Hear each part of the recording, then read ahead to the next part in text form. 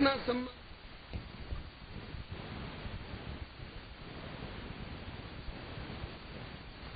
हो गई। मैं भूलोक, भुवरलोक, स्वर्गलोक, इन 3 लोकों का मालिक देवराज इंद्र हूँ। मेरा इतना सम्मान नहीं जितना इस पृथ्वी पर के राजकुमार ऋषभ का आदर।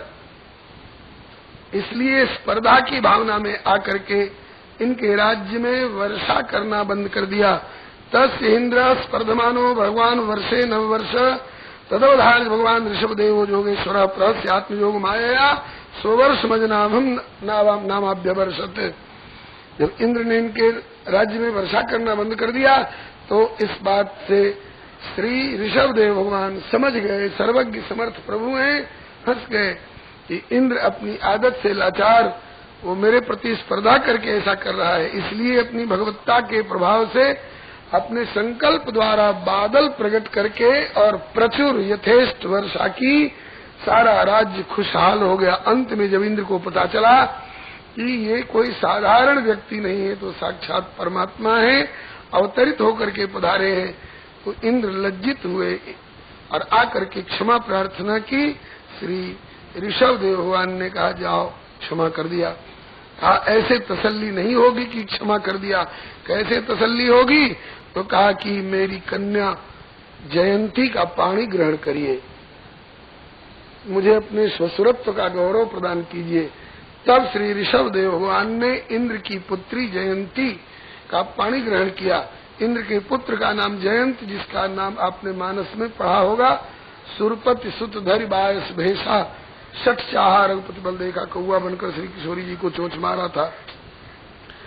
तो इंद्र के पुत्र का नाम जयंत, इंद्र की कन्या का नाम जयंती। तो इंद्र की बेटी जयंती का पाणी ग्रहण किया श्री ऋषभ देव भगवान ने, और उनके द्वारा आत्म समानानाम शतम जनयामास, अपने समान प्रतापी पराक्रमी तेजस्वी ओजस्वी 100 पुत्र उत्पन्न किए। ये शाम खलु महायोगी भरतो ज्येष्ठ श्रेष्ठ गुणासित ये नेदम वर्षम भारत मिति व्यपदिशंति। उनमें से सबसे बड़े पुत्र का नाम हुआ श्री भरत जी महाराज।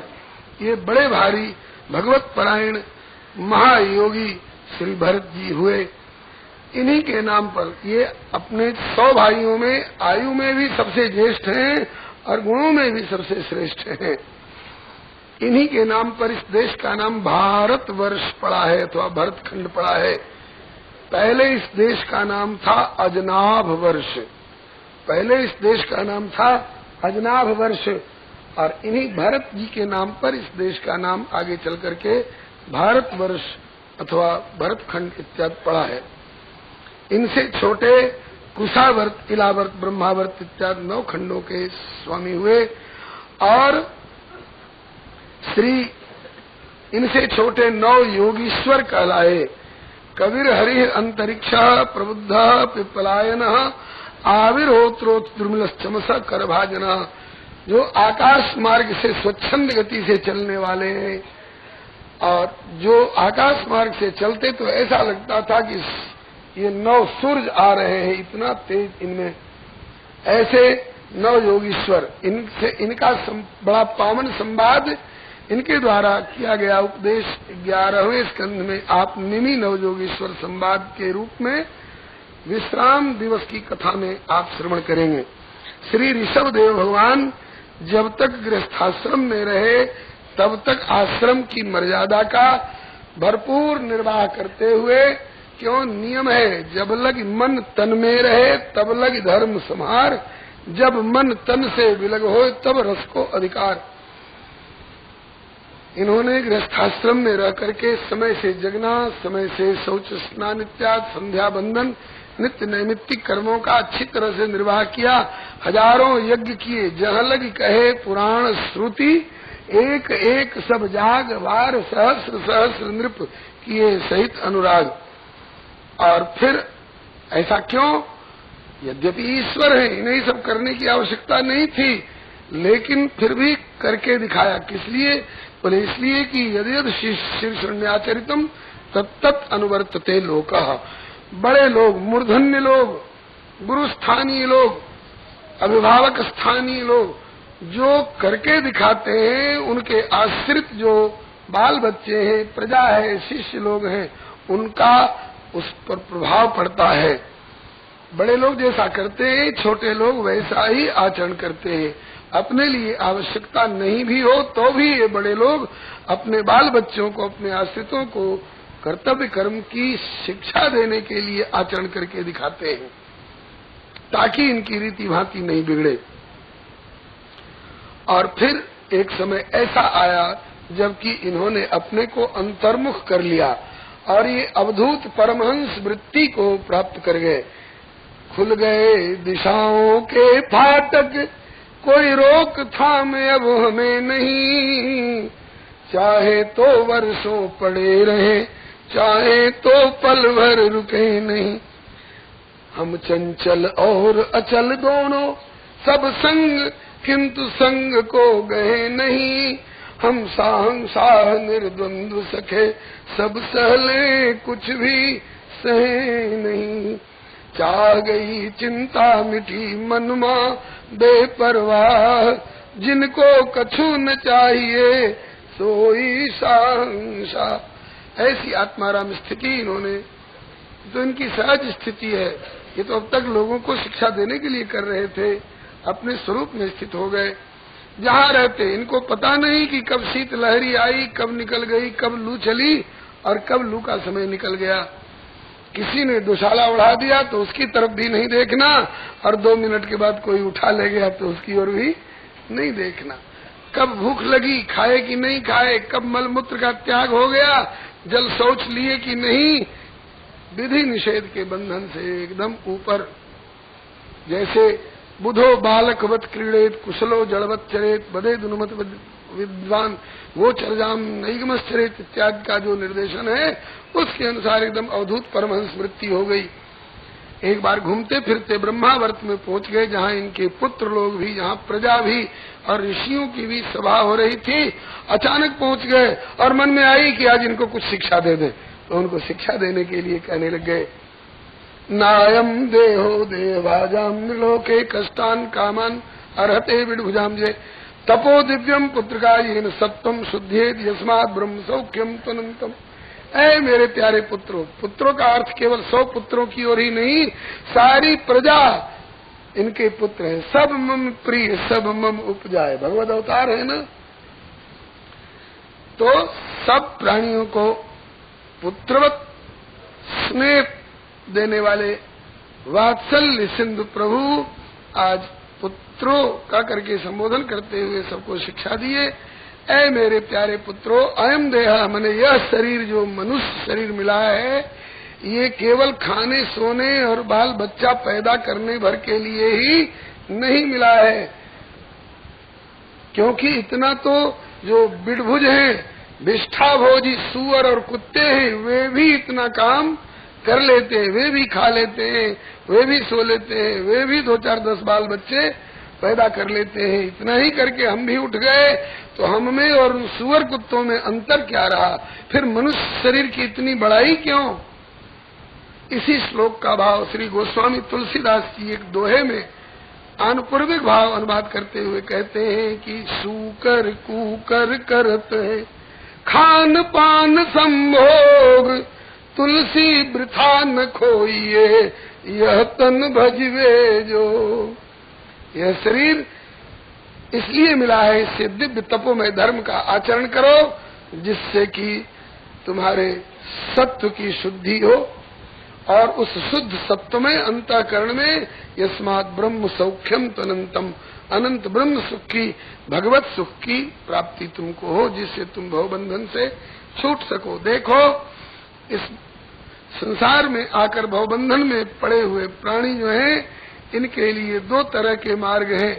एक तरफ तो प्रकाश वाला मार्ग है जो अपवर्ग में ले जाता है, और दूसरी तरफ में अंधकार वाला मार्ग है जो पतन और बंधन और कष्ट की ओर ले जाता है। ये दोनों मार्ग कौन है? बोले महत सेवाम द्वार माहुर विमुक्ते तमोद्वारम योषिताम संगी संगम। महत पुरुषों का संग जो है वो तो मुक्ति भी नहीं, विमुक्ति, विशिष्ट मुक्ति, भगवत धाम में पहुंचा देने वाला मार्ग नहीं जी, द्वार है। और विषयी कामी लोगों का जो संग है वह नरक में ले जाने वाला, अंधकार में ले जाने वाला, बंधन और पतन में ले जाने वाला है। इसी महत सेवाम द्वार माहुर विमुक्ते स्तमोद्वारम योषताम संग संगम का भाव गोस्वामी जी एक दोहे में प्रस्तुत करते हैं।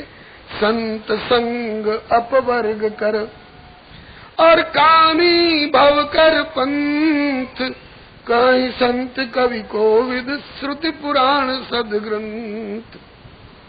संत संग अपवर्ग कर, संत का संग जो है अपवर्ग का मार्ग है। अपवर्ग का भाव एक दिन निवेदन किया था। पवर्ग पफ बभ म जहाँ नहीं हो वही अपवर्ग है। पतनम फलासा बैरम भयम च मृत्युर्न स्याद यत्र तदा अपवर्ग। पतन फलासा बैर भय मृत्यु जहाँ पर नाही, सो पफ बभ म रहित सो अपवर्ग कहाँ। संतों का संग ऐसे स्थान पर पहुंचा देता है प्रभु के चरणारविंद में, जहाँ पहुंचने के बाद न पतन का डर, न फलाकांक्षा, न बैर, न भय, न मृत्यु इत्यादि का डर, कुछ भी नहीं रह जाता है।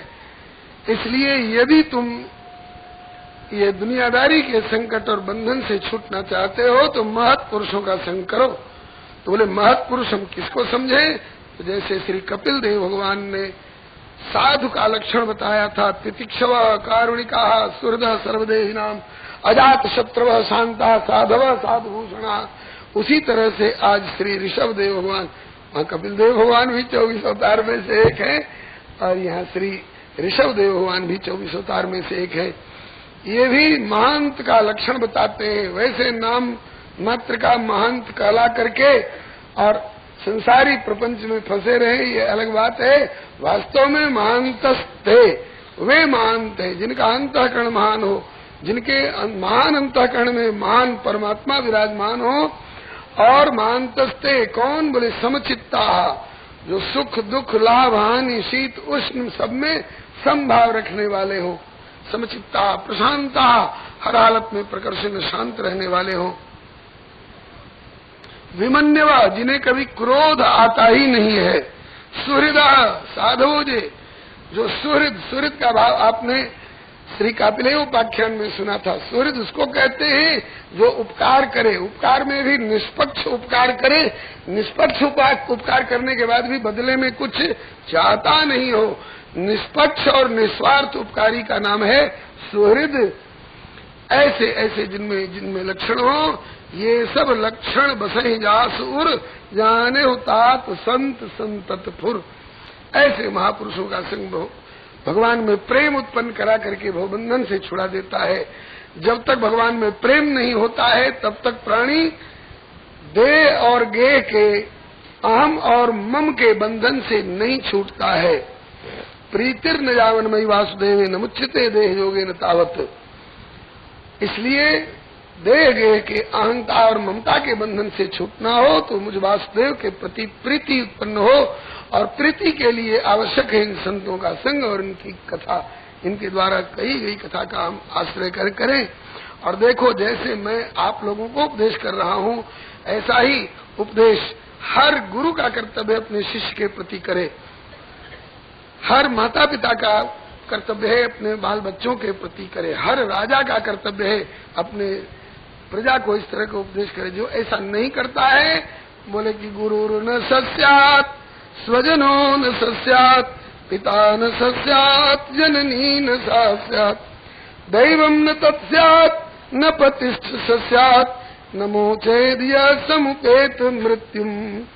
मृत्यु जो बार बार पुनरपि जननम पुनरपि मरणम पुनरपि जननी जठरे शयनम, जन्म लो और जायते वर्धते अपक्षीयते विपरिणमते अपक्षीयते और विनश्यति च, और उसके बाद पुनः अस्ति जायते वर्धते अपक्षीयते विनश्यति इत्यादि का जो चक्कर लगा रहता है, इस बार बार के जन्म मृत्यु के चक्कर से जो न छुड़ा ले।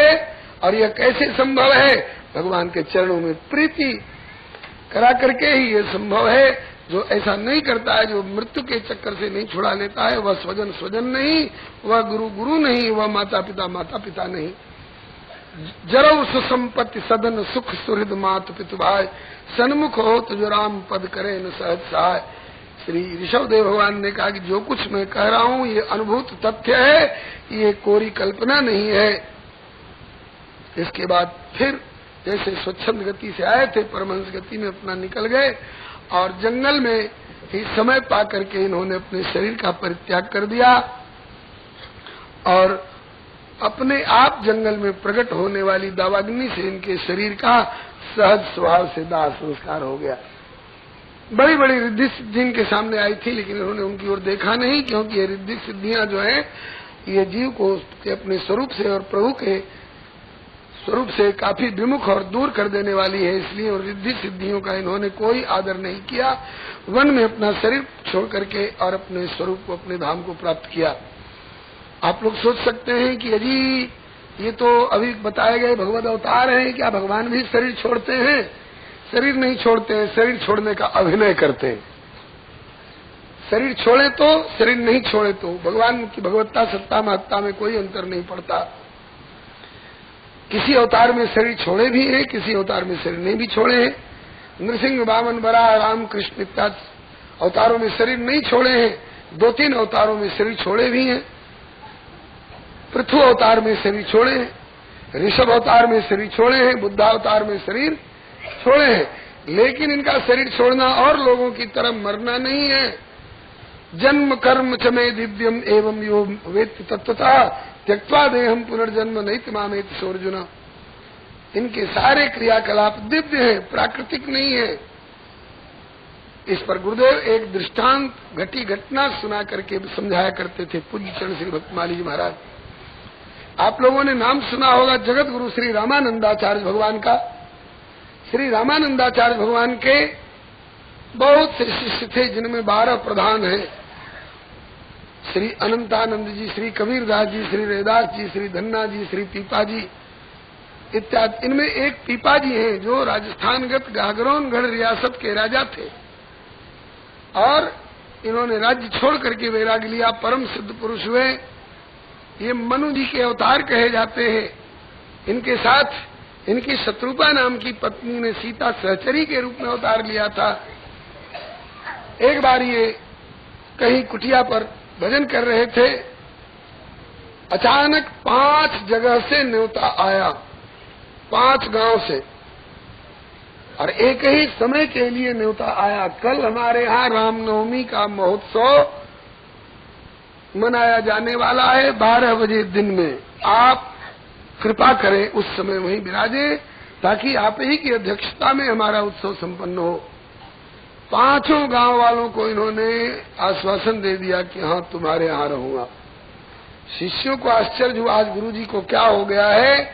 गुरुजी एक आग्रह करने वाले 5 अलग अलग गांवों के और समय एक, कल 12 बजे दिन में एक गुरुजी एक ही जगह तो रहेंगे, 5 गांव वालों को कैसे आश्वासन दे रहे हैं। आज गुरुजी को क्या हो गया है।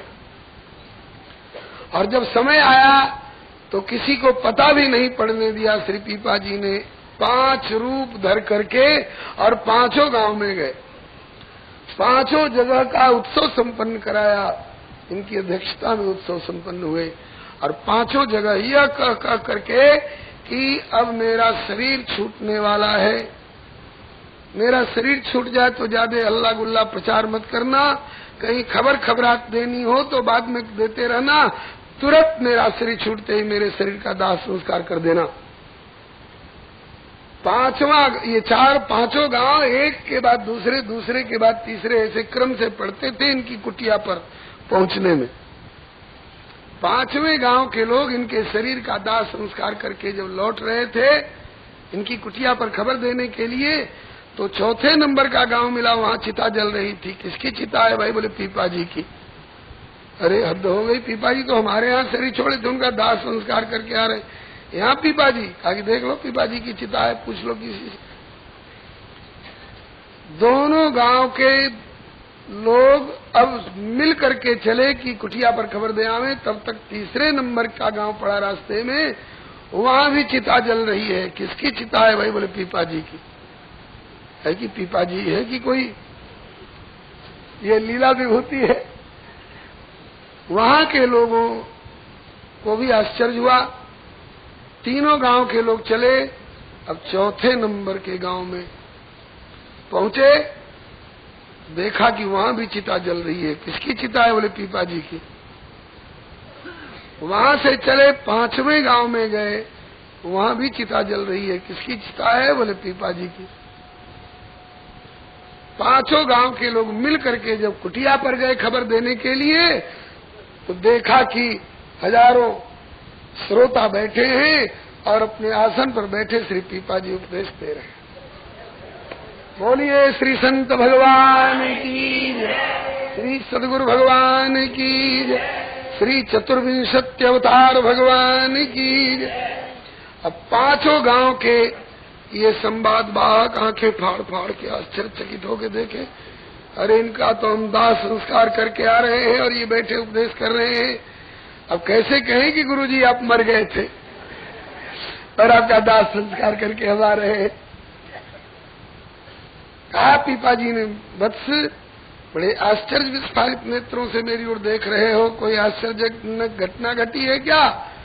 तो 5 जगह के लोग बोले कि गुरुजी आप हमारे यहाँ रामनवमी महोत्सव में गए थे ना? हाँ बेटा गए थे। कहा कि गुरुजी आप हमारे यहाँ गए थे ना? बोले हाँ बेटा वहां तुम्हारे यहाँ भी गए थे। गुरुजी आप 12 बजे दिन में हमारे यहाँ थे ना? बोले हाँ बेटा तुम्हारे यहाँ भी थे। बोले कि आप? बोले हाँ मैंने शरीर भी छोड़ा था। बोले आपने आज्ञा की थी दाह संस्कार कर देना शरीर का? बोले हाँ। करिया है ना? बोले हाँ। कहा कि यहाँ देख रहे हैं कि आप कथा कह रहे हैं, 5 जगह शरीर छोड़ करके 5 जगह शरीर का दाह संस्कार करके करा के 6वीं जगह आप कथा कह रहे हैं। कहा कि बेटा ये सिद्धों की लीला है।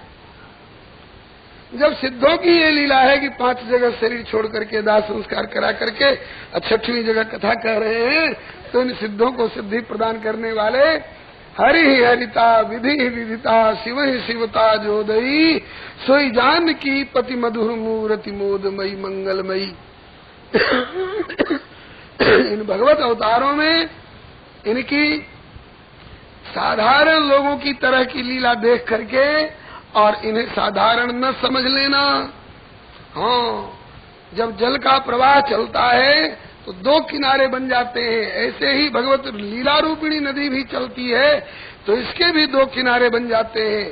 कौन कौन? बोले कि चली उमगी कविता सरिता सो, राम विमल जस जल भरिता सो, सरजू नाम सुमंगल मूला, लोक वेद मत मंजुल कूला। लीला रूपणी नदी के 2 किनारे हैं। कौन कौन? एक तरफ लोक मत का मंजुल कूल और एक तरफ वेद मत का मंजुल कूल। लोक मत वाला मंजुल कूल माधुर्य प्रधान होता है और वेद मत वाला मंजुल कूल ऐश्वर्य प्रधान होता है। जब माधुर्य प्रधान लोक मत वाले मंजुल कूल की लीला करेंगे तो बड़े बड़े श्रद्धावान व्यक्ति की कौन कहे श्रद्धा देवी भी डिग जाती है। ये कैसा भगवान जिसकी पत्नी को कोई चुरा ले गया? ये कैसा भगवान जिसको पता ही नहीं कि मेरी पत्नी कहाँ है? और पूछता भी है तो पेड़ पौधे और खग मृग मधुकर श्रेणी से पूछता है। ये कैसा भगवान जिसके शरीर का दाह संस्कार हो रहा है? ये सब बातें दिमाग में उठने लगेंगी। और वही प्रभु जब ऐश्वर्य प्रधान मंजुल कुल की लीला करेंगे, वेद मत वाले मंजुल कुल की लीला करेंगे, तो बड़े बड़े नास्तिक भी मान लेते हैं कि ये भगवान है। दोनों लीलाओं का, दोनों तरह की लीलाओं का समानांतर दिग्दर्शन कराते हुए श्री सूरदास जी एक पद में कहते हैं, बलि बलि चरित गोकुल राय, दावानल को पान कीनो। ये ऐश्वर्य है, मुंह नहीं जला, छाले फफोले नहीं पड़े, सारे जंगल की आग को पी गए। और वही कन्हैया जब शाम को यशोदा मैया ने इनकी उतावली देकर, मैया भूख लग रही है, बेटा सदलोनी सवेरे मिलेगी, अभी दूध पी लो। बोले दूध ही दे दे। बोले ले, इतनी उतावली पड़ रही है। तो खौलता हुआ दूध कढ़ाई में से निकाल के दे दिया, तौलिया पर धर के। और ठाकुर क्या कर रहे हैं? फूंक मार रहे हैं। दावा नल को पान कीनो और पीवत दूध सिराय, बलि बलि चरित गोकुल राय।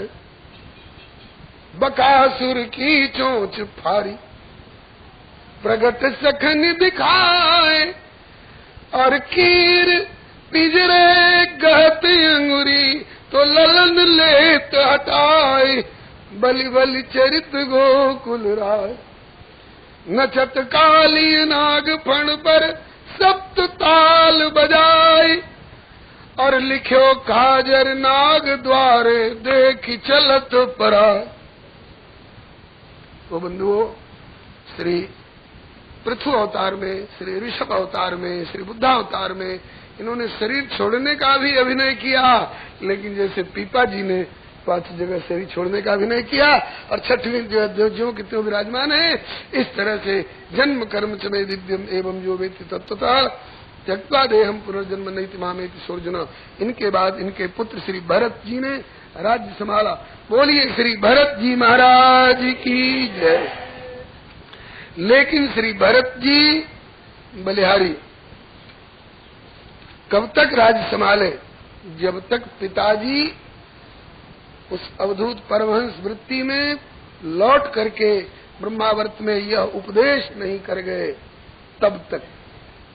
जब आकर उपदेश कर गए तो इस उपदेश का इतना गहरा, इतना ठोस प्रभाव श्री भरत जी के अंतःकरण पर पड़ा कि इन्होंने देवताओं को भी ललचा देने वाले, देवताओं को भी ललचा देने वाला जो यह भारतवर्ष का राज्य है, हृदय स्पृश राज्य, देवताओं के हृदय को भी छूने वाला और अपनी ओर आकृष्ट करने वाला अवधराज सुरराज सिंहाई, दशरथ धन सुनि धनद लजाही।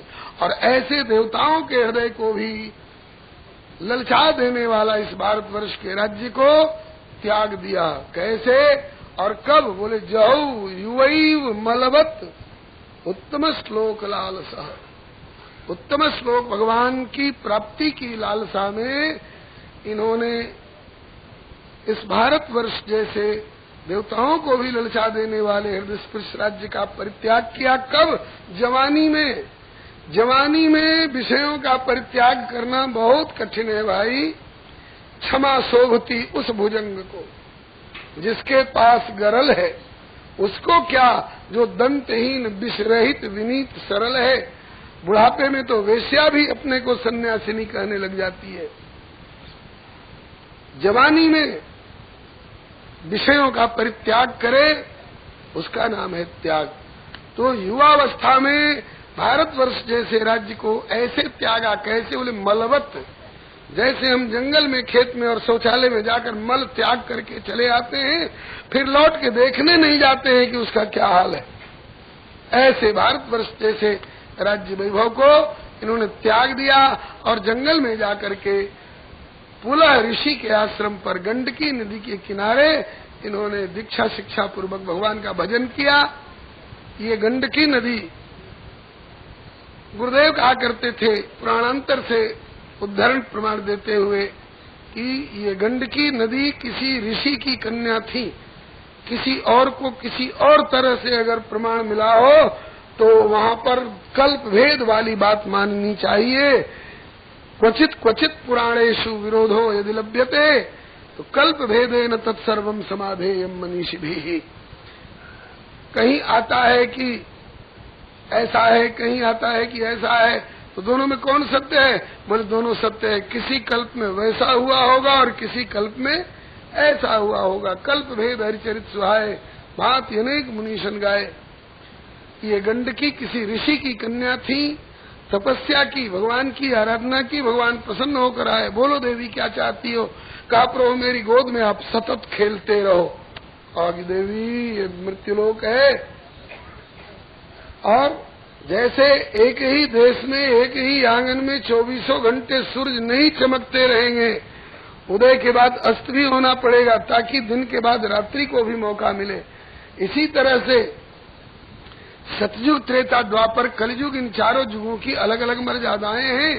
यदि इसी तरह से प्रत्यक्ष तुम्हारी गोद में खेलता रहूंगा तो कलयुग नहीं आएगा। यदा मुकुंदो भगवान क्षमम त्यक्त्वा स्वपदम गतः तद्दिनात् कलिरायातः सर्वसाधन बाधक। कलयुग तो तभी आ सकता है जब मैं इस जगत से अंतर्धान हो जाऊं। इस तरह से प्रत्यक्ष तुम्हारी गोदी में सदा खेलता रहूंगा तो कलयुग कैसे आएगा? तो क्या प्रभु आपके प्रति की गई मांग निरर्थक होगी? बोले नहीं, आपकी मांग पूरी करने के लिए मैं आपकी गोद में खेलूंगा, सतत खेलूंगा, लेकिन आपको भी रूपांतरित होना होगा, मुझको भी रूपांतरित होना होगा। आप नदी के रूप में प्रवाहित हो जाओ, गंडकी नदी, और मैं आपकी गोद में शालिग्राम बन करके बराबर खेलता रहूंगा। बोलिए श्री शालिग्राम भगवान की। तभी से ये गंडकी नदी रूप में प्रवाहित हो गई हैं और भगवान नारायण स्वयं शालिग्राम रूप में उनकी गोद में, उनके गर्भ में सतत खेलते रहते हैं। इसीलिए श्री गंडकी जी को नारायणी और शालिग्रामी नाम से भी पुकारा जाता है। उसी शालिग्रामी गंडकी नदी के किनारे पुलह ऋषि का आश्रम था। ये गंडकी नदी हिमालय से निकली है, मुक्ति नारायण क्षेत्र और नेपाल को पवित्र करती हुई बिहार के उत्तरी भाग में आकर के पटना सिटी के सामने, जिसका प्राचीन नाम पाटलिपुत्र है, पटना सिटी के सामने आकर के गंगा जी में मिल गई है। उन्हीं गंडकी नदी के किनारे पुलह ऋषि का आश्रम था और उसी पराकाष्ठा पर थी महाराज प्रेम वैचित्री की दशा में भगवान की सेवा करते करते और अपने को भूल जाया करते थे। श्री हरे नमः। भक्ति योगेन परिप्लुत परमा आह्लाद गंभीर हृदय हृदयावगाढ़ जिष्णुस्तामपि क्रियमाणम भगवत सपरजाम न सस्मार। भगवान को जब स्नान कराने लग जाते थे तो ये नहीं समझते थे कि मात्र एक काले रंग की पाथरी शिला के ऊपर मैं पानी फेंक रहा हूँ। नहीं नहीं, मेघ वर्ण के, श्याम वर्ण के प्रभु पीला पीला पीतांबर पहरे हुए हैं, अत्यंत सुकोमल उनके श्री अंग हैं और उन पर मैं सुगंधित शीतल जल ढाल ढाल करके अंग प्रक्षालन पूर्वक मैं उनका को स्नान करा रहा हूँ। और स्नान के समय में बात ध्यान आती थी, जब इनके माथे पर जल ढार करके स्नान कराता हूँ तो इनकी घुंघराली घुंघराली काली काली अलकावली पर से जब वो जल की बूंदें नीचे गिरती हैं, कहाँ पड़ती हैं? बोले पीले पीले पीतांबर। और वो भी जब पीला पीतांबर गीला हो गया है तो पीतांबर की पीतिमा और भीतर से झलकने वाली इनके नील अंग की नीलिमा दोनों मिलकर के हरितिमा धारण करती हैं। और फिर उस समय की झांकी कैसी है? बलिहारी होते ही बिहनवा बाबा जनक के अंगनवा से सोहे कैसन सिया के सजनवा लाल से सोहे कैसन सिया सजनवा लाल। श्याम अलकनवा पर से चपके जल कनवा, श्याम अलकनवा पर से चपके जल कनवा, जैसे धनवा पर बरसेला सवनवा लाल, जैसे धनवा पर बरसेला।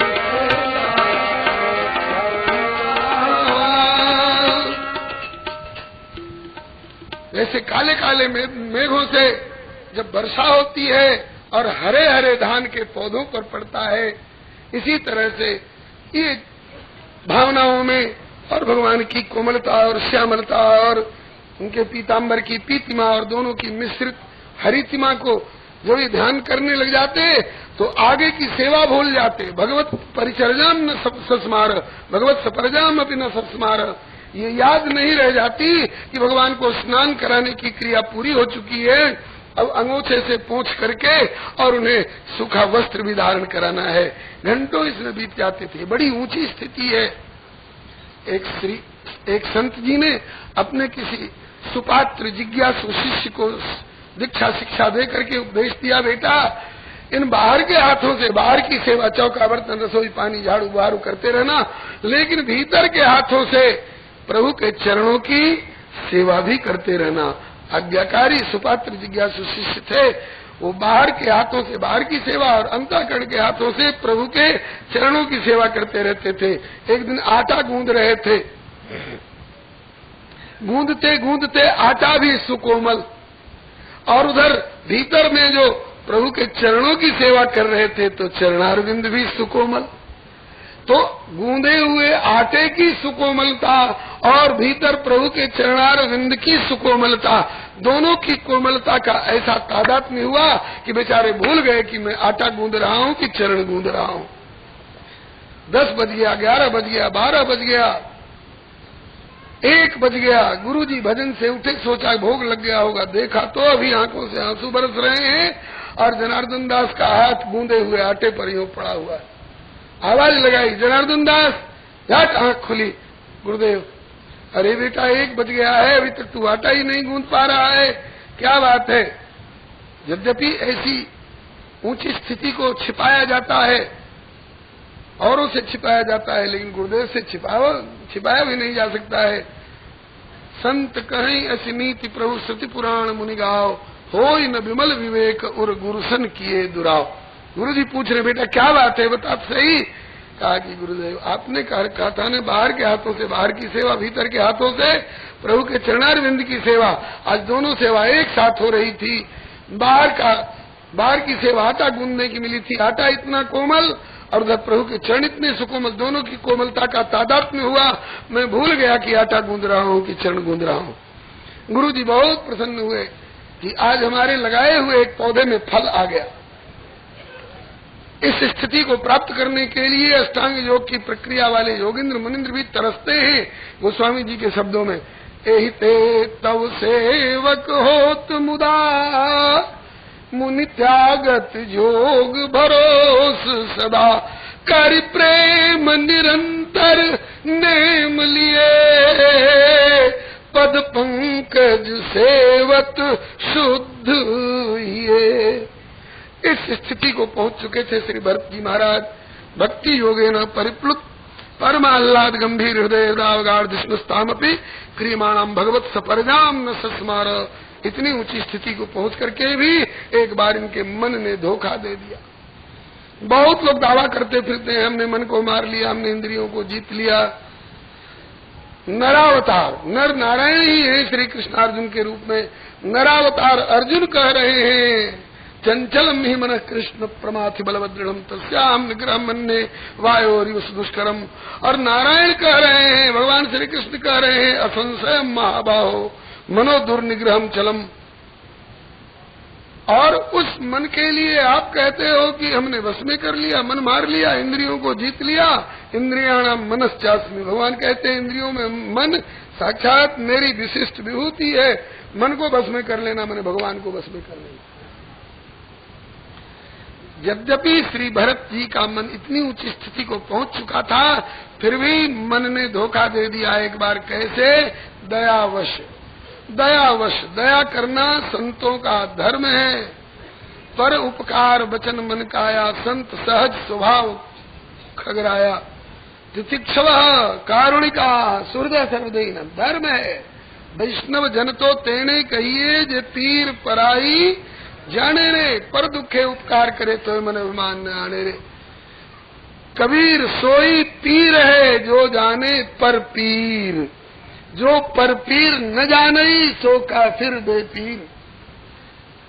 बसत हृदय जाके दया राम ही पावत सोए, किंतु दया राम पावे दया जब दया राम की हो। तो दया करना संत का स्वभाव है, कर्तव्य है, लेकिन कितनी सीमा तक जिसके प्रति दया कर रहे हैं, जब तक आपकी दया उसके लिए आवश्यक हो, अनिवार्य हो, तब तक ठीक है। दया की सीमा में रहे तो कोई खतरा नहीं। लेकिन जिसके प्रति दया कर रहे हैं, अगर दया करते करते उसके प्रति आसक्ति हो गई तो प्रसंग मजरम पासम आत्मना कवयो विदुहु। वो प्रकृष्ट संग, वह अत्यधिक आसक्ति अजरम पासम बन जाती है, जो कभी जर्जर नहीं होने वाला, कमजोर नहीं होने वाला बंधन हो जाता है। यही खतरा बेचारे भरत जी के साथ हो गया।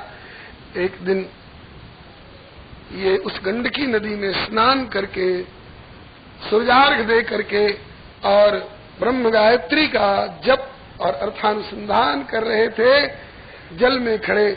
उसी समय में एक हिरनी प्यासी हुई जल पीने के लिए आई और उसने ज्यों उस नदी में मुंह डाला जल में, तब तक पीछे से एक बड़े भारी भयंकर खूंखार शेर का गर्जन सुनाई पड़ा।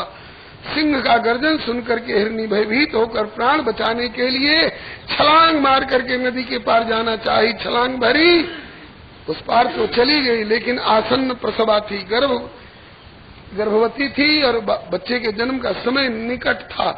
अचानक जो छलांग मारी, जोर लगा, सो गर्भ का बालक बच्चा नदी की धारा में गिर करके बहने लगा।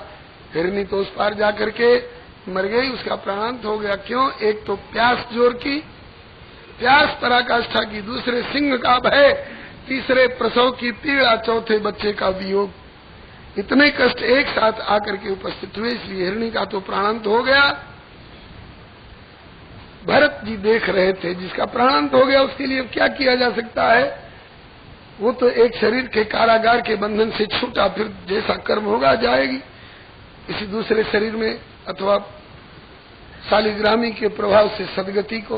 किंतु उसका बच्चा जो उसके उधर से बाहर आकर के धारा में बह रहा था, वो जीवित था, आंखें खोल रहा था, निमेष उन्मेष हो रहा था उसके नेत्र की पलकों का, श्वास ले रहा था। समझ गए श्री भरत जी की ये बच्चा जीवित है। जीवित बच्चा हिरनी का वो पानी की धारा पर बह रहा है, कहीं डूब न जाए। दया आ गई, दौड़ करके उठा लिया। जीवों के प्रति दया करना अपना धर्म जान करके, वैष्णवा नाम त्रिकर्माणी दया जीवेषु नारद, श्री गोविंदे परा भक्ति तदीया नाम समर्चनम। इस न्याय से दौड़कर बच्चे को गोदी में उठा लिया, आश्रम पर लाए, कहीं से दूध का इंतजाम करके रुई के फुहा से उसके मुंह में डाल डाल करके उसको पिलाया, पोषण किया। अब वो उठ के खड़ा हो गया। जब तक घास चरना नहीं सीखा तब तक उसके लिए दूध का प्रबंध कर करके लाया करते श्री भरत जी। और जब घास खाने लायक हो गया तो कोमल कोमल हरी हरी घास खोद खोद करके उसके लिए लाया करते। भजन में मन लगना कम हो गया, भगवान में ध्यान लगना कम हो गया। अब उस हिरण के बच्चे में इनकी दया करते करते आसक्ति हो गई। यद्यपि कुछ दिनों के पश्चात वह हिरण का बच्चा बच्चा नहीं रहा, पक्का पट्टा हिरण हो गया। अब उसके प्रति दया दिखाना आवश्यक नहीं था, लेकिन दया करते करते इनकी दया की वृत्ति ने उसके प्रति आसक्ति का रूप ले लिया। और आसक्ति के करार में गच्छ, जैसे समतल समझ करके हम नदी में बढ़ते जा रहे हैं, अचानक गहरा करार आ गया, गचकी आ गई और गच्छ हो जाते हैं। इसी तरह से आसक्ति में पड़ गए बेचारे श्री भरत जी। वैसे वह हिरण भी इतना घुल मिल गया था कि इनको छोड़कर कहीं जाता नहीं था। जब यह अंजलि में जल लेते थे अर्घ देने के लिए, तो बगल से आकर उसमें मुंह डालकर चिपर चिपर करके पीने लग जाता था। ये उसको एक हल्की सी चपत लगा देते। बदमाश, बहुत शैतान हो गया है, अर्घ का जल जूठा कर देता है। बेटा ऐसा नहीं करते। जब ये ध्यान में बैठते तो भगवान का ध्यान क्या लगेगा, ये पीछे से आकर अपनी छोटी छोटी सींग से इनकी पीठ में ऐसे ऐसे करने, खुजाने लग जाता था। इनको बड़ा आनंद आता था। कैसे? जैसे माताओं की गोद में बच्चे कभी माँ का नथ पकड़ के खींचते हैं, कभी केस पकड़ के खींचते हैं, तो दर्द तो होता है लेकिन सुख मिलता है। मेरी गोदी में लल्ला है तब न। बाबूजी की मूछ पकड़ के खींचता है, दाढ़ी पकड़ के खींचने लग जाता है, तो बाबूजी को सुख मिलता है। जो बालक कछु अचगरी करही, गुरुपित मात मोद मन भरही। ऐसे ही उस हिरण शावक के अचगरी पर, आड़ी टेढ़ी क्रियाओं पर इनको आनंद आने लगा। देखिए क्या विचित्र विधि की विडंबना है। घर में 5 पुत्र हैं, रानी है, सबको छोड़ के आए हैं, किसी के प्रति आसक्ति नहीं, ममता नहीं, किसी की याद नहीं आ रही है। और ये बच्चा थोड़ा सा ओझल हो जाता है आंखों से तो बेचैन हो जाते, कहाँ चला गया, कोई मार न डाले, कहीं बाघ सिंह उसको न खा जाए। इसी चिंता में अंतिम समय आया और वो भी न जाने उस समय कहाँ इधर उधर चला गया। इनको शरीर छोड़ते समय उसी हिरण की याद आई और अभी आपने पुरंजन के आख्यान में सुना कि स्त्री का चिंतन करते करते शरीर छोड़ा, इसलिए अगले जन्म में स्त्री बनना पड़ा। नियम है यम यम वापि स्मरण भावम त्यजत्यन्ते कलेवरम तम तमेवैति कौन्तेय सदा तद्भाव भावितः। अंतिम समय में जाकी सूरत लगी है, जहाँ कहे कबीर सो पहुँचे तहाँ। आज भरत जी ने हिरण का चिंतन करते करते शरीर छोड़ा, इसलिए हिरण के रूप में इनको जन्म लेना पड़ा। किंतु आप लोग कहेंगे कि जब इतने बड़े भजनानंदी को भी कर्म और वासना के अनुसार जन्म लेना पड़ा और विषयी प्रपंची को भी अपने कर्म और वासना के अनुसार जन्म लेना पड़ता है, तो एक विषयी प्रपंची और एक भजनानंदी में अंतर क्या रहा? अंतर वाली बात अब सुनिए। भजनानंदी भगवान का शरणागत भरसक फिसलता नहीं है, और कहीं फिसल भी गया तो जिस जोनी में जाएगा वहां भी भगवान का चिंतन करेगा। नेहा अभिक्रम न सोचती प्रत्यवादन विद्यते स्वल्पमप्यस्य धर्मस्य त्रायते महतो भयात्। इसी का भाव किसी प्रेमी ने कहा है, भक्ति बीज बिन से नहीं जो जुग जाहि अनंत, ऊंच नीच घर जन्मे किंतु होए संत को संत। इस शरीर के पिताजी ने अपने बचपन में एक तोता पाला, जो और दिन जो दे दो खा लेता था। एक दिन रोटी दी गई तो छुआ तक नहीं। इनने समझा तोता बीमार पड़ गया, अब फल डाल दिया गया तो खाने लगा। फिर 15 दिन के बाद वैसा ही हुआ। बाद में धीरे धीरे अंदाज पड़ गया कि उस दिन भी एकादशी थी, आज भी एकादशी है। मतलब कि भले वह तोता के शरीर में आ गया था, लेकिन पूर्व जन्म का कोई एकादशी व्रत निर्वाह करने वाला भक्त था, इसलिए तोता बनकर के भी उसने एकादशी व्रत निभाया। आज से करीब 7-8 साल पहले की घटना है। पूज्य चरण श्री वैष्णवदास जी गोरेदाऊ जी के श्री गोलोकवासी महंत जी प्रतिवर्ष ब्रज 84 कोस की ब्रज यात्रा उठाया करते थे कार्तिक के महीने में। आज से 7-8 साल पहले की बात है। काले रंग का कुत्ता उनके साथ लग गया। अभी भी उस यात्रा में सम्मिलित लोग यहाँ विद्यमान हैं जिनने ये घटना देखी है। और वो कुत्ता ऐसा संस्कारी था कि अन्य कुत्तों की तरह टुकड़ों के पीछे झगड़ा नहीं करता था। बड़े शांत भाव से एक जगह कहीं जाकर के, जहाँ सब यात्री बैठ जाते, ये भी जाके एक जगह बैठ जाता। उस कुत्ते के इस लक्षण को पहचान लिया था संतों ने, इसलिए उसको अलग से जब परोस के जिमाते थे तब जिमता था। और सारी ब्रज यात्रा संपन्न हुई, और जब वापस लौट के सभी यात्री आए, दाऊ जी से यात्रा उठाए थे मत्था टेक के, और दाऊ जी के यहाँ आकर के जब मत्था टेके परिक्रमा यात्रा संपन्नता की दंडवत, तो उस कुत्ते ने भी दाऊ जी के सामने मत्था टेका और तत्काल शरीर त्याग दिया। संतों ने अनुमान किया पूर्व जन्म का कोई ब्रज यात्री भक्त रहा होगा, ब्रज यात्रा का इसका संकल्प अधूरा रह गया होगा, उसकी पूर्ति के लिए किसी कारण बस फिसल के कुत्ते के शरीर में गया होगा, लेकिन कुत्ते के शरीर में आकर के अभी अपनी ब्रज यात्रा का संकल्प पूरा कर लिया। उसके नाम पर संतों ने भंडारा किया था। ये घटी घटना है। ऐसी अनेक घटनाएं ध्यान में और दृष्टि में आती रहती हैं। तो उससे हिरण के शरीर में जाकर के भी श्री भरत जी को पूर्व जन्म की याद बनी रही। इसलिए आगे कहते हैं, सामाम स्मृतिर मृगदेहे कबीर कृष्णार्चन प्रभवा नो जाती अथो अहम जनसंगाद संगो विसंग मानो विवृतश्चरा में। हिरण की योनि में जाकर के भी पूर्व जन्म की याद आती रही। मैं तो भरत नाम का भजनानंदी राजर्षि था, और एक हिरण के प्रति दया करते करते दया ने आसक्ति का रूप ले लिया। इसके कारण मेरा ये हाल है। इसलिए किसी भी साथ के हिरण हिरनी के प्रति मन नहीं लगाते। क्यों? दूध का जला हुआ छाछ भी फूंक फूंक करके पीता है।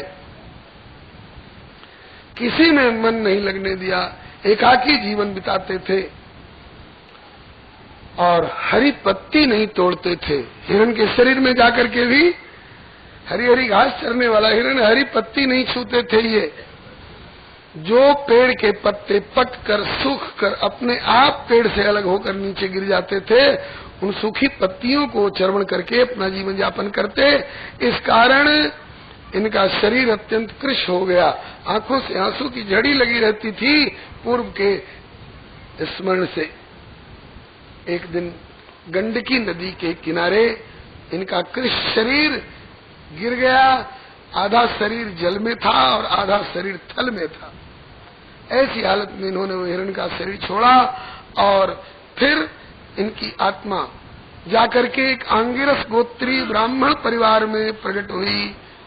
यस्तु तत्र पुमांस्तम परम भागवतम राजर्षि प्रवरम भरतमुत्सृष्ट मृग शरीरम चरम शरीरेण विप्रत्तम गतमाहु चरम देह द्विज कर में पाई। चरम देह द्विज कर में पाई। एक आंगिरस गोत्री ब्राह्मण परिवार में जन्म हुआ। पिता ने सोचा कि ब्राह्मण का बच्चा है, पढ़ लिख जाए, विद्यालय में भर्ती किया, लेकिन कुछ पढ़े ही नहीं, कुछ बोले ही नहीं, डरते थे। समझदारी में कसर नहीं थी, लेकिन डर के मारे बोलते नहीं थे। क्यों बोलना शुरू कर देंगे लोग समझ जाएंगे कि समझदार है, और पढ़ाएंगे क्या क्या। ककड़ी वाला खरबूजा वाला और गधा वाला गुरु जी का खग। ककड़ी वाला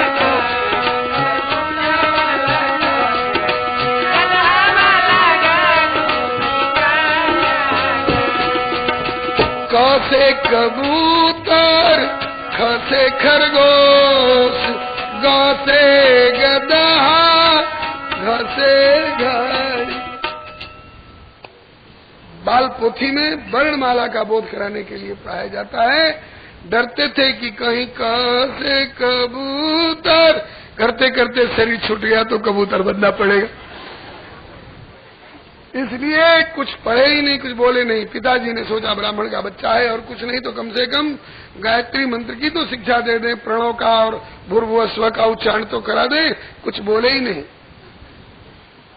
पिताजी की मन ही मां ही रही।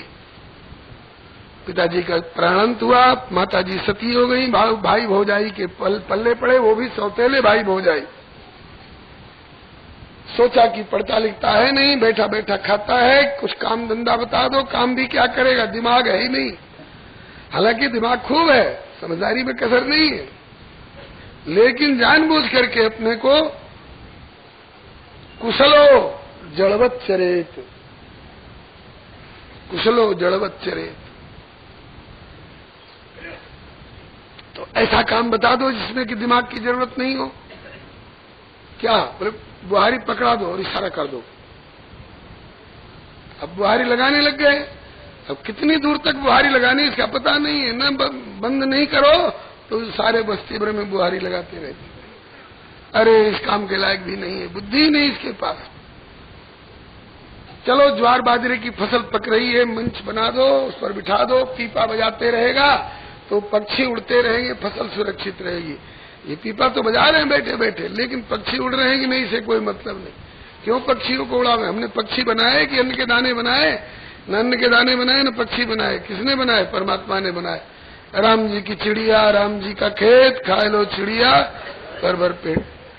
अपने काहे को इसमें टांग अड़ावे? घर वाले उदासीन हो गए, किसी लायक नहीं है। घर वाले उदासीन हो गए तो ये भी उदासीन हो गए। अब फिर बंधन रहित तो होकर के विधि निषेध से परे अपना मस्ती में जहां है वहां है। एक दिन ये मस्ती में कहीं पड़े हुए थे। एक जंगली भीलों का सरदार, लुटेरों का सरदार, जिसने मनौती मानी थी, हे देवी मैया हमारे संतान हो तो और लोग बकरा और भैंसा का बलिदान करते हैं, हम आदमी का बलिदान करेंगे। ऐसे ऐसे हृदयहीन होते हैं। अपने संतान प्राप्ति के लिए किसी के संतान को मार डालो। भरत जी जैसे संत के प्रति ये प्रयोग आगे आएगा। एक व्यक्ति को पकड़ के लाए थे उसके लोग। वो तो पता चल गया कि हमारी हत्या होने वाली है, किसी तरह से भाग चुका था, उसकी खोज हो रही थी। वो तो मिला नहीं, यही मिल गए। मिला एक अलमस्त, एक दिन उन्हें भटकते रहा कहीं, देह गे परिवार आज से बिरत जिन्हें कुछ चाह नहीं, शत्रु मित्र सुख दुख आदिक द्वंद्वों की जिन्हें परवाह नहीं, मुख प्रसन्न तन पुष्ट, हृदय आनंद सिंधु की था नहीं। इन्हीं को पकड़ ले गए, अरे यार छोड़ो, दुबला पतला था, चला गया तो उससे भी अच्छा हट्टा कट्ठा मिल गया, इसका खून पी करके देवी मैया और खुश हो जाएंगे।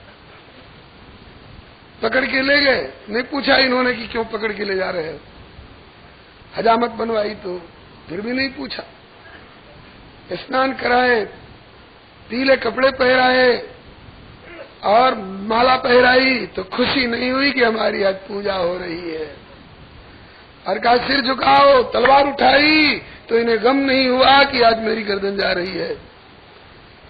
ये उन महानुभावों में से तो हर्षाम हर्ष भयोद्वेग मुक्तो यश में प्रिया, जिंदा रखे तो हमको या धड़ से सर उतारे, अब तो फकीर आशिक कहता है यूं पुकारे, राजी है हम उसी में जिसमें तेरी रजा है, यहाँ यूं विवाह हुआ है, यहाँ यूं विवाह हुआ है।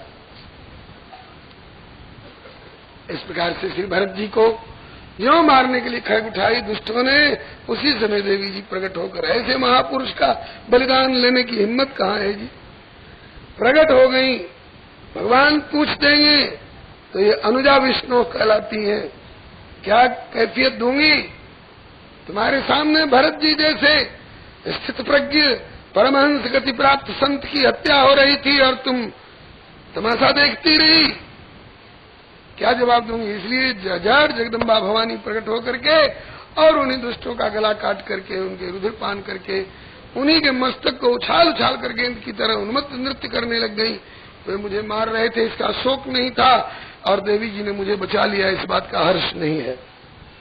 हर्ष, अमर्ष भय उद्वेग से एकदम ऊपर उठे हुए महापुरुष, यही श्री भरत जी एक बार ऐसे ही मस्ती में कहीं पड़े हुए थे। सिंध सोबीर देश के राजा रहुगण पालकी पर बैठकर, नरवाहित पालकी पर बैठ करके सत्संग के लिए गंगा सागर संगम कपिल देव भगवान के यहाँ जा रहे थे।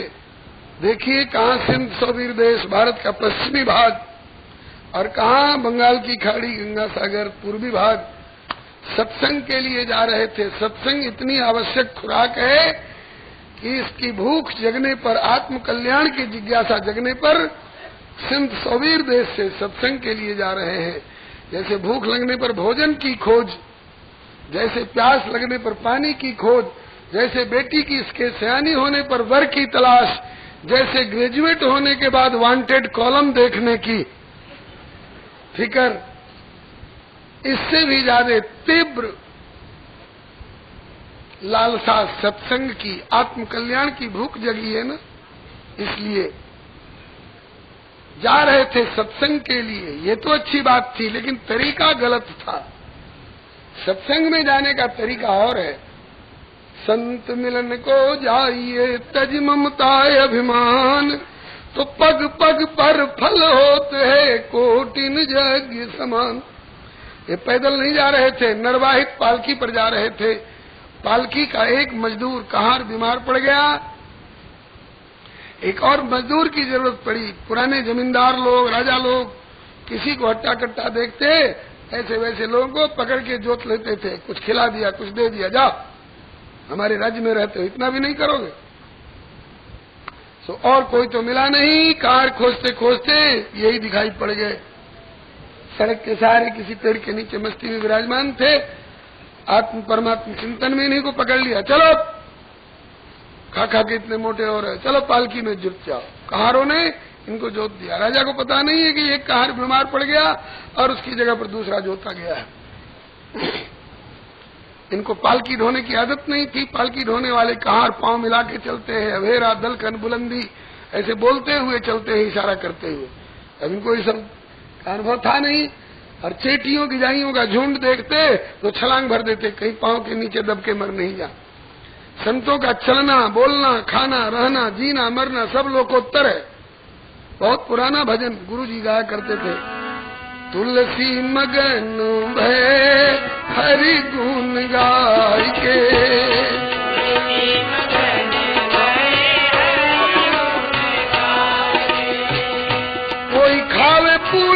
मिठाई बर्फी मंगाई के, कोई खावे पूरी मिठाई बर्फी मंगाई के, साधु खावे रूखा सूखा हरि को भोग लगाई के। खावे रूखा सूखा भोग लगाई के, तुलसी मगन भय हरि गुण गाय के,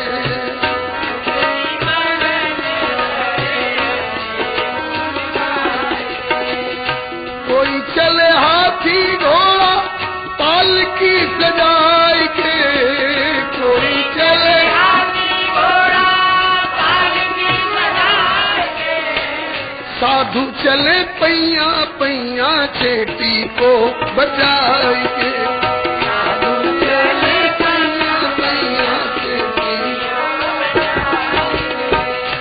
तुलसी मगन में हरि गुण गाय के।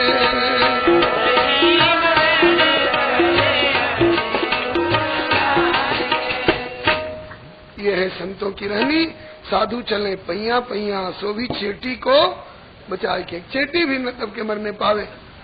आज का तथाकथित प्रगतिशील उन्नतिवादी कहलाने वाला बेहोश मानव मदिरा पी करके गाड़ी चला रहा है, कहता है कि हम उन्नतिशील हैं, प्रगतिवादी हैं, और एक एक दिन में 25-25 एक्सीडेंट दिखाई पड़ते हैं महाराज। ये शेरशाह सूरी मार्ग पर कहीं ट्रक पलटी है, कहीं बस पलटी है, कहीं मारुति कार चूर चूर हो रही है, कहीं भैंसा मरा पड़ा है, कहीं ऊंट मरा पड़ा है, हजारों की जानें जाती हैं। कहता है कि हम प्रगतिशील हैं, उन्नतिवादी हैं। भारत के भूतपूर्व राष्ट्रपति डॉक्टर सर राधाकृष्णन कहा करते थे, क्या तुमने प्रगति की है? कहा, हम आकाश में पक्षियों की तरह उड़ना सीख गए, हवाई जहाज से, रॉकेट से। हम पनडुब्बी में बैठ करके जल के इस भीतरी सतह में, समुद्र के सतह में चलना सीख गए, मछली।